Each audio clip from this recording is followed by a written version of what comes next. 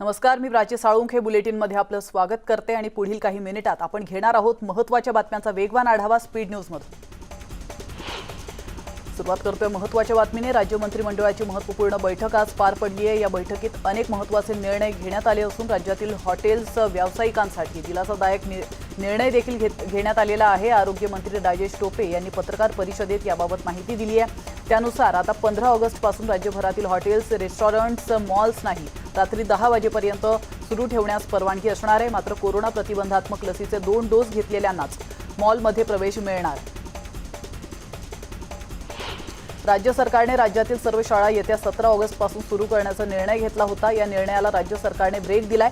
शाळा कॉलेजेस उघडण्याबाबतचा अंतिम निर्णय टास्क फोर्स सोबत चर्चा करून मुख्यमंत्री घेतील, असं आरोग्य मंत्री राजेश टोपे यांनी म्हटलं। राज्य सरकार अनाथांचा नाथ बनणार आहे, तर अनाथांना राज्य सरकारने दिलासा दिला असून अनाथांच्या जीवनात प्रकाश आणणारा मंत्रिमंडळाने निर्णय घेतलाय। अनाथांना नोकरी, शिक्षणामध्ये आता 1% आरक्षण देण्याचा निर्णय सरकारने घेतला। राज्यांना मागासवर्ग निश्चितीचा अधिकार बहाल करणारे घटना दुरुस्ती विधेयक राज्यसभेत पारित झाले। मंगळवारी लोकसभेत हे विधेयक मंजूर झालं होतं। लोकसभेत उपस्थित असलेल्या 372 विरुद्ध 0 अशा मतसंख्येने हे विधेयक पारित करण्यात आलं।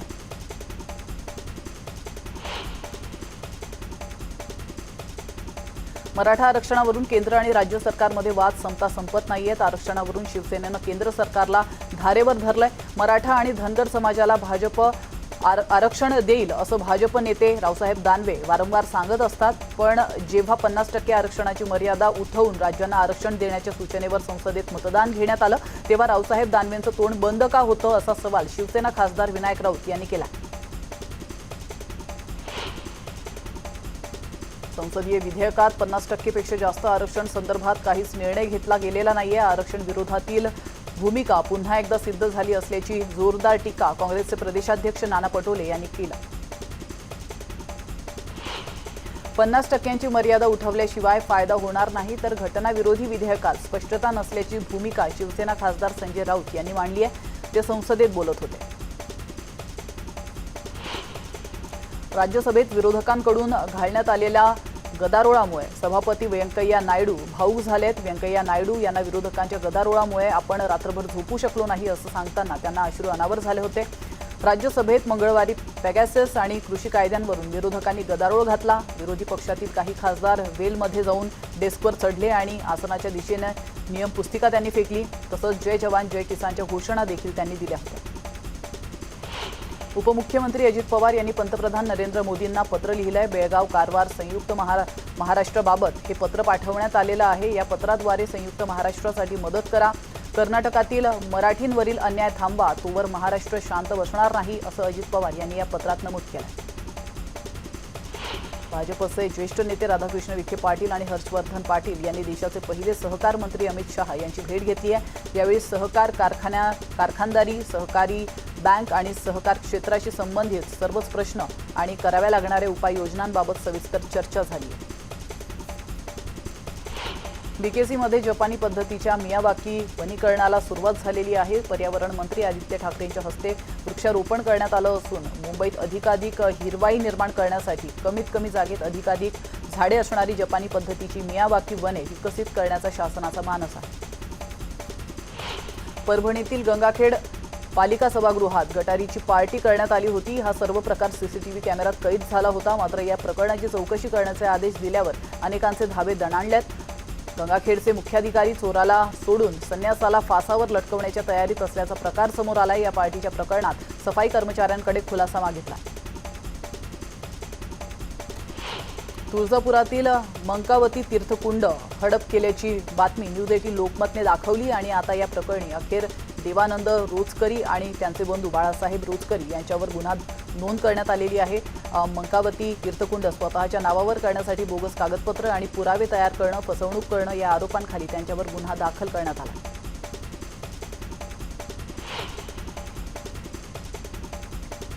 5वी ते 8वी विद्यार्थ्यांची शिष्यवृत्ती परीक्षा ही 12 ऑगस्ट रोजी राज्यभर होणार आहे, परंतु मुंबई महानगरपालिकेने ही परीक्षा आपल्या विद्यार्थी आणि परीक्षा केंद्रावर रद्द केली आहे, परंतु राज्य परीक्षा परिषदेच्या वतीने घेण्यात येत असलेली ही शिष्यवृत्तीची परीक्षा यापूर्वी 2दा पुढे ढकलण्यात आली होती। मुंबई उपनगरात असलेल्या पवई तलावाची स्वच्छता आणि सुशोभीकरण पालिकेच्या वतीने करण्यात येणार आहे। स्थानिक आमदार दिलीप लांडे यांच्या मागणीवरून पवई तलावाची पाहणी करण्यात आली आहे। मुंबई महानगरपालिका अतिरिक्त आयुक्त पी वेलरासू यांनी या तलावाची पाहणी केली आहे आणि या ठिकाणी गणेश मूर्ती विसर्जन, दुर्गा माता मूर्ती विसर्जन, छठ पूजा असे विविध धार्मिक कार्यक्रम होत असतात। पवई तलाव हा एक निसर्गरम्य परिसर असून या ठिकाणी मोठ्या प्रमाणावर पर्यटकही येत असतात, त्यामुळे तलावाचं सुशोभीकरण करून निसर्गाचा अमूल्य ठेवा जपणं आवश्यक आहे। बातमी आहे नंदुरबार जिल्ह्यातून। नंदुरबार जिल्ह्याची कोरोनामुक्त जिल्ह्याकडे वाटचाल होत असून जिल्ह्यात सध्या एकही ॲक्टिव्ह रुग्ण नाही आहे। जिल्ह्यातील 6 तालुक्यांमध्ये कोरोना ॲक्टिव्ह रुग्णसंख्या 0 झाल्याने आणि शेवटच्या कोरोना बाधिताचा मृत्यू होऊन 50 दिवसांहून अधिकचा कालावधी उलटल्याने जिल्ह्यातील आरोग्य यंत्रणेला काहीसा दिलासा मिळाला।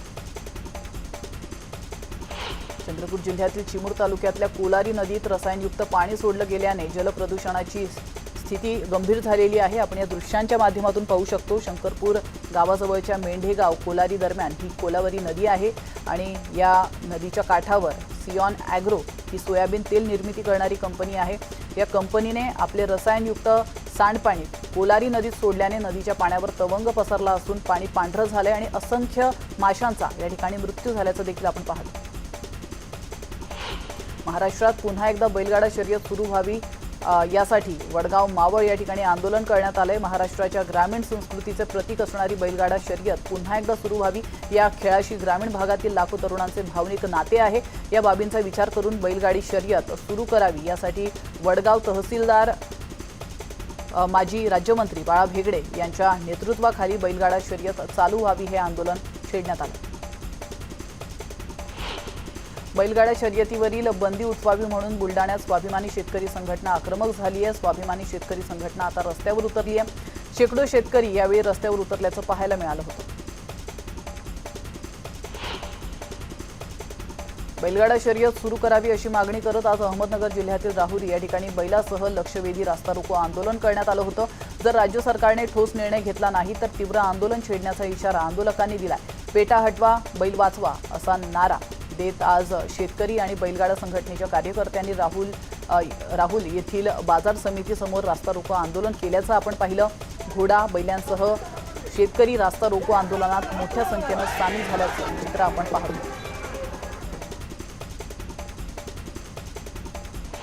बैलगाडा शर्यत सुरू करा या मागणीसाठी नगरमध्ये शेतकऱ्यांनी रास्ता रोको केलाय। पेटा हटवा, बैल वाचवा अशी घोषणाबाजी करत राहुरी बाजार समिती समोर रास्ता रोको करण्यात आलाय। या आंदोलनाच्या वेळी अहमदनगर मनमाड महामार्ग काही काळासाठी अडवण्यात आला होता। या आंदोलनाच्या वेळी शेतकरी चक्क बैलांना घेऊन रस्त्यावर उतरले होते।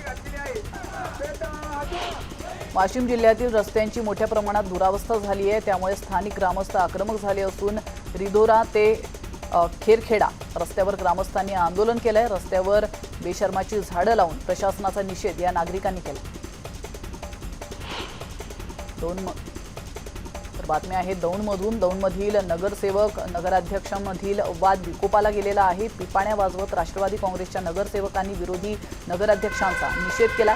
दौंड नगरपालिकेच्या नगराध्यक्षांनी गेल्या 3 महिन्यांपासून स्थायी समिती आणि सर्वसाधारण सभा बोलावली नाहीये आणि त्यामुळे विरोधी नगराध्यक्षांच्या विरोधात दौंड महानगरपालिकेच्या आवारामध्ये राष्ट्रवादी काँग्रेसच्या आणि सहयोगी नगरसेवकांनी पिपाण्या वाजवत आंदोलन केलं।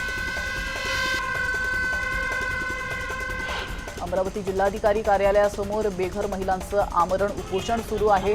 शहरातील राहुल नगर, बिच्छू टेकडी परिसरातील जागा कायमस्वरूपी नावावर करून देण्याची मागणी या महिलांनी केली। परभणी शहरातील अंतर्गत रस्त्यांची अवस्था अत्यंत दयनीय झाली असून प्रशासनाला वारंवार कळवूनही प्रशासन यावर कोणतेही पाऊल उचलायला तयार नाहीये। त्यामुळे कंटाळलेल्या नागरिकांनी अखेर रस्त्यावरच पाणी साठलेल्या खड्ड्यांमध्ये उपोषणाला सुरुवात केली आहे। आपल्या मागण्या मान्य झाल्याशिवाय उपोषण मागे घेणार नसल्याचा इशारा या नागरिकांनी दिला। केंद्र सरकारने सुप्रीम कोर्टाला ओबीसी आरक्षणाचा एम्पिरिकल डेटा न दिल्यामुळे ओबीसींचे राजकीय आरक्षण गेलं, त्यामुळे केंद्र सरकारने याकडे लक्ष देऊन आरक्षणाचा मार्ग मोकळा करावा यासाठी राष्ट्रवादीनं वाशिम जिल्ह्याच्या मनोरा या शहरातील दिग्रज चौकात केंद्र सरकारच्या विरोधात धरणं आंदोलन केलं। जळगाव शहरातील रिंग रोड परिसरात जलवाहिनी फुटल्याने लाखो लिटर पाण्याची नासाडी झाली आहे। बुधवारी दुपारी 12 वाजेच्या सुमारास हा प्रकार घडलाय। जलवाहिनी फुटल्याने मोठ्या प्रमाणावर पाणी वाहून गेलंय। त्यानंतर महानगरपालिका प्रशासनाच्या वतीने युद्धपातळीवर जलवाहिनीच्या दुरुस्तीचं काम हाती घेण्यात आलं होतं। बीड जिल्ह्यात कोरोना पाठोपाठ आता चिकनगुनिया या साथीच्या आजाराने थैमान घातलंय। बीड तालुक्यातील नाळवंडी गावाला चिकनगुनियाने विळखा घातलाय आणि या गावात गेल्या 15 ते 20 दिवसांपासून साथीच्या आजाराने थैमान घातलंय। एका घरात 4 रुग्ण आहेत। विशेष म्हणजे यामध्ये लहान मुलांपासून वृद्धांपर्यंतचा समावेश आहे।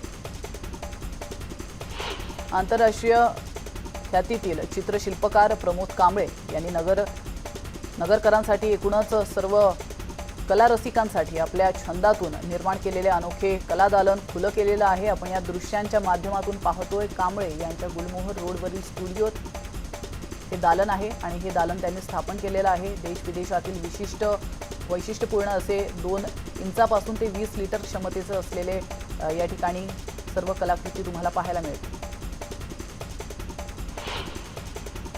राज्यात गेली काही दिवसांपासून अनेक ठिकाणी पावसाने पाठ फिरवल्याचे चित्र आहे। धुळे जिल्ह्यात सरासरी इतकाही पाऊस पडलेला नाहीये। जिल्हा प्रशासनाचे दररोज येणारे अतिवृष्टीचे इशारेही आता खानदेशात विनोदाचा विषय ठरतायत। तापी वगळता खानदेशातील सर्व नद्या अजून कोरड्या आहेत।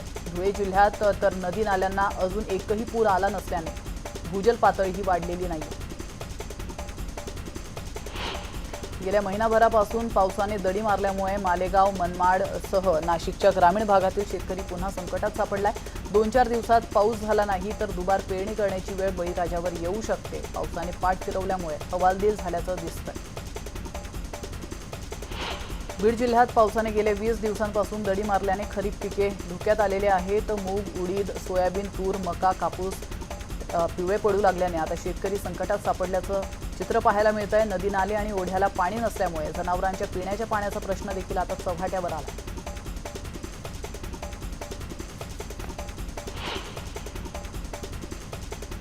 इथं घेतो एक छोटासा ब्रेक, लगेचच परत येतोय। तुम्ही पाहत राहा स्पीड न्यूज।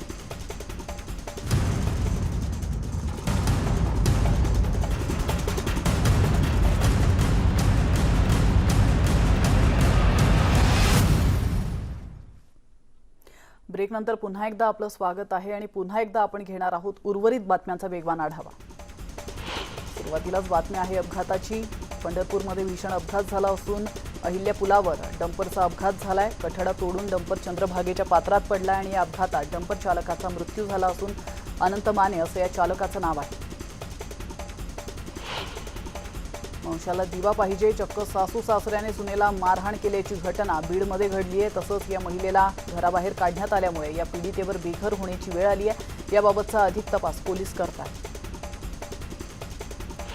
वाशिम जिल्ह्यामध्ये चोरी आणि दरोड्याच्या संख्येत मोठी वाढ झाल्यामुळे नागरिकांची चिंता वाढली आहे। देवगाव येथील गजानन महाराज मंदिर आणि दत्तात्रय मंदिरात 8 ते 10 जणांच्या टोळीने सशस्त्र दरोडा टाकलेला आहे। शस्त्राच्या धाकावर मंदिराचे पुजारी आणि त्यांच्या पत्नीच्या अंगावरील दागिने आणि मंदिरातील इतर सामान असा 7 ते 8 लाखांचा ऐवज लंपास केला। भिवंडीत दरोडेखोरांच्या मुसक्या आवळण्यात पोलिसांना यश आलेलं आहे। पोलिसांनी 10 किलो गांजा, 80 ग्रॅम सोन्याचे दागिने जप्त केलेले आहेत आणि त्याचप्रमाणे दरोडा टाकण्यासाठी आलेल्या आरोपींकडून रिव्हॉल्व्हर सह 2 जिवंत काडतुसे देखील पोलिसांनी जप्त केले।